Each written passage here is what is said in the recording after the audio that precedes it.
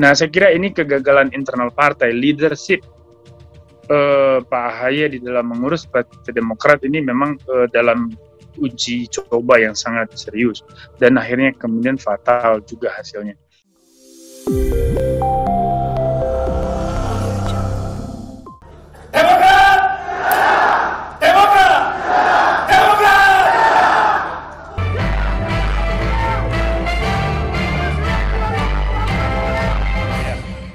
Sebetulnya sih ini perkara biasa ya dalam dinamika partai di Indonesia. Saya amati betul dari dulu itu perkembangan model ini kan terjadi di hampir semua partai politik. Ya, ada faksionalisasi. Ya, perpecahan itu selalu terjadi ketika partai politik belum mampu secara efektif dengan pola modern melakukan manajemen organisasional, keorganisasian internal. Nah, ini menjadi tantangan sebetulnya di hampir semua negara berkembang. Nah, spesifik untuk kasus Partai Demokrat ini, saya melihat sih ini ada problem internal partai dan juga ada problem yang menjadi masalah bersama hampir semua partai di Indonesia. Yang pertama soal persoalan internal. Partai Demokrat ini kan dari awal dia berdiri ya, Tuhan saya kenal betul semua senior pendiri itu, ya Pak Tri Julianto ini juga teman diskusi kita di sana juga banyak. Nah, partai ini dari awal itu menjadi besar karena menghembuskan satu narasi politik yang memberi harapan kepada publik tentang perubahan politik. Dan ketika itu situasi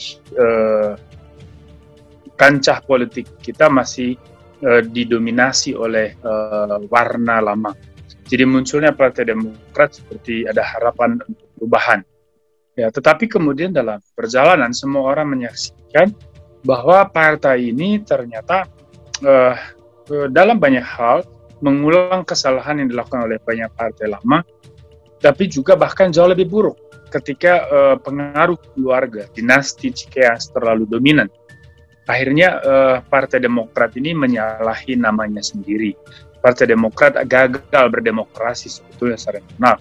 Ya, ketika sirkulasi kekuasaan di dalam tubuh partai juga tidak berjalan secara sehat, dalam pengertian ada diferensiasi peran di sana, terus ada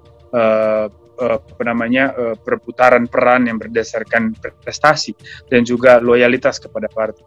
Yang terjadi adalah dominasi segelintir orang kuat, bahkan yang terkuat yaitu Pak SBY sendiri terlalu menonjol, dan saking menonjolnya kemudian memunculkan resistensi.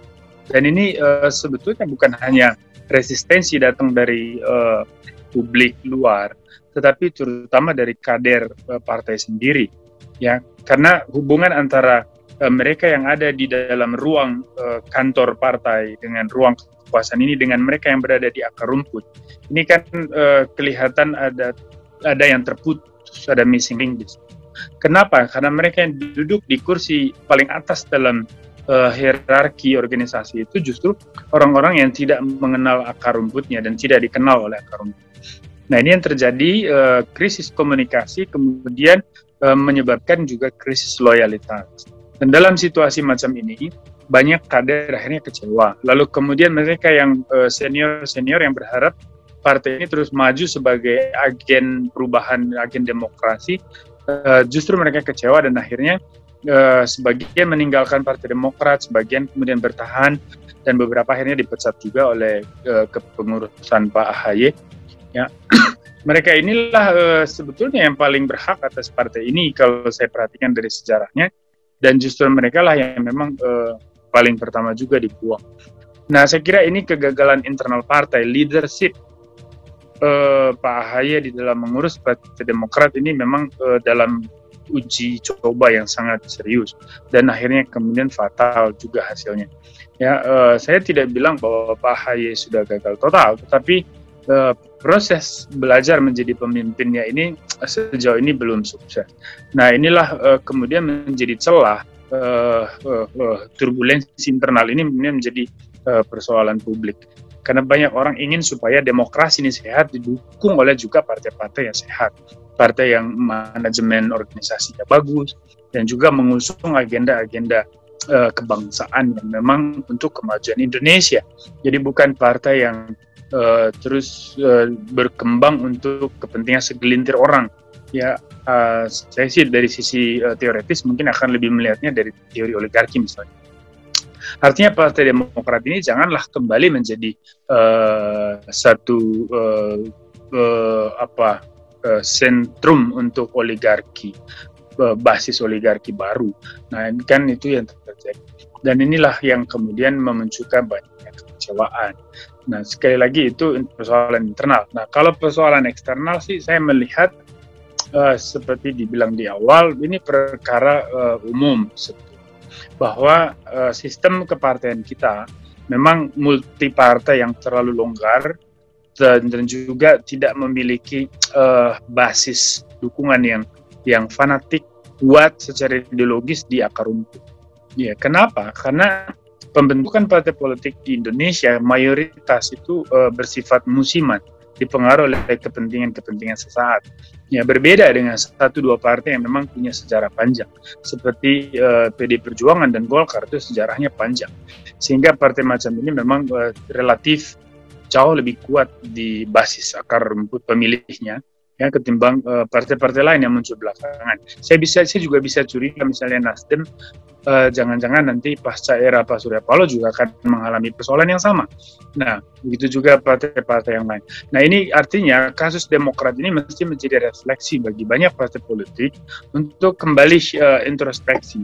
Sebetulnya dalam kehadiran partai di dalam membangun demokrasi menuju konsolidasi yang lebih kuat, ini ya seperti apa kontribusinya, itu yang dipikirkan.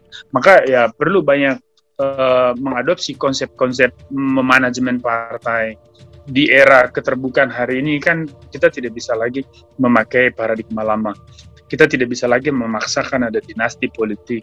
Kita tidak bisa lagi membohongi publik dengan kebebasan hari ini, ruang publik yang mulai cair, fleksibel, dan kehadiran teknologi internet, orang semua kemudian tahu apa yang terjadi di sudut kamar mana. Artinya hal-hal macam ini menuntut satu kebesaran jiwa dan juga kematangan berpikir dari elit politik untuk merespons dinamika sosial politik yang berkembang. Kalau tidak, nanti partai-partai yang tidak siap dengan perubahan zaman ini akan terkubur dengan sendirinya. Saya berharap Partai Demokrat ini terus akan besar, ya, mengusung agenda-agenda kebangsaan yang juga sesuai dengan cita-cita pendiri bangsa kita, yang selaras dengan Pancasila dan Undang-Undang Dasar kita. Ya, jangan nanti judulnya Demokrat tapi kemudian akrabnya sama kelompok-kelompok yang ingin mendirikan khilafah, kan misalnya seperti itu, kan kita tidak menghendaki. Artinya bahwa Demokrat ke depan kita harapkan menjadi salah satu dari agensi demokrasi untuk membangun NKRI yang lebih kuat. Saya kira itu Pak Freddy sebagai respons awalnya.